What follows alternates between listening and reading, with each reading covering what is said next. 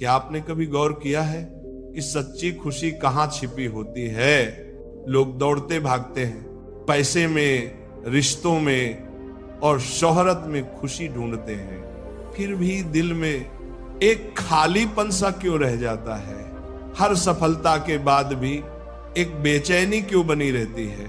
कृष्ण हमें यही समझाते हैं, खुशी कोई बाहर नहीं बल्कि हमारे अपने भीतर ही होती है। जिस दिन आप स्वयं को खुश रखना सीख जाएंगे, दुनिया की कोई भी ताकत आपको दुखी नहीं कर पाएगी। कृष्ण अर्जुन से कहते हैं, जीवन की सबसे बड़ी लड़ाई अपने ही मन से होती है। बाहर की लड़ाइयां तो बस नतीजा भर हैं। असली जीत तब मिलती है जब इंसान अपने अंदर संतुलन पा लेता है। सोचिए, अगर आपका मन ही आपके खिलाफ हो जाए तो फिर दुनिया में आपको कौन बचा सकता है? और अगर आपका मन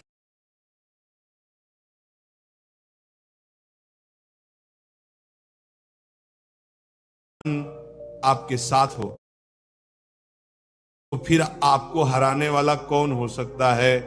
लोग अक्सर कहते हैं, उसने मुझे दुख दिया, उसने धोखा दिया। पर कृष्ण कहते हैं, दुख देने वाला कोई दूसरा नहीं बल्कि हमारी अपनी उम्मीदें और अपेक्षाएं होती हैं।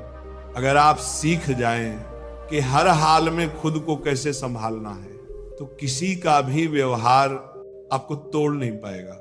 जीवन की असली कला यही है, खुद को खुश रखना। एक पल रुक कर सोचिए, क्या खुशी सच में उन चीजों में है जो आपके पास नहीं है, या फिर वह उस संतोष में है जो इस पल आपके पास मौजूद है? कृष्ण का संदेश साफ है, जो मिला है वही पर्याप्त है। ईश्वर ने वही दिया है जो आपके लिए सही है। तो क्यों ना आज से शिकायत छोड़कर आभार मनाना शुरू करें। याद रखें, जब आप खुद से प्यार करना सीख जाते हैं तो दुनिया भी आपकी नकल करने लगती है। अगर आप उदास रहेंगे तो आसपास का माहौल भी भारी लगेगा, और अगर आप मुस्कुराएंगे तो सबसे अंधेरे पल भी रोशन हो उठेंगे। यही आत्मशक्ति है। इन मजदूर, यही कृष्ण की वाणी है। कृष्ण कहते हैं, जो इंसान अपने भीतर ही सुख ढूंढ लेता है वह कभी खाली नहीं रहता। जरा सोचिए, जो लोग लगातार बाहरी चीजों से उम्मीद लगाए रहते हैं, उनकी क्या हालत होती है। आज पैसा नहीं मिला, दुखी, कल इज्जत नहीं मिली, परेशान, परसों किसी ने तारीफ नहीं की, बेचैन। ऐसा जीवन कैसा जीवन? ये तो एक कैद है, एक बंधन है। लेकिन जिसने यह रहस्य जान लिया कि असली खजाना भीतर ही है, वह कभी नहीं टूटता।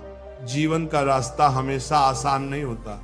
कभी पहाड़ जैसी मुश्किलें आती हैं, कभी रेगिस्तान जैसी प्यास लगती है, तो कभी आंधी जैसे तूफान आ जाते हैं। अच्छे स्वस्थ आदमी की दिनचर्या ऐसी नहीं है जैसी हमारी। मुझे अपनी शांति नहीं, 12 बजे रात्रि के जग करके पूरी सब उसके आगे स्वस्थ शरीर में भी और मतलब कठिन पड़ेगा, और यहाँ स्वस्थ शरीर से भगवान करा रहे। तो नाम का प्रताप नहीं। कृष्ण ने गीता के रूप में दिया, अर्जुन की तरह हम सभी के जीवन में ऐसे पल आते हैं जब हम भटक जाते हैं।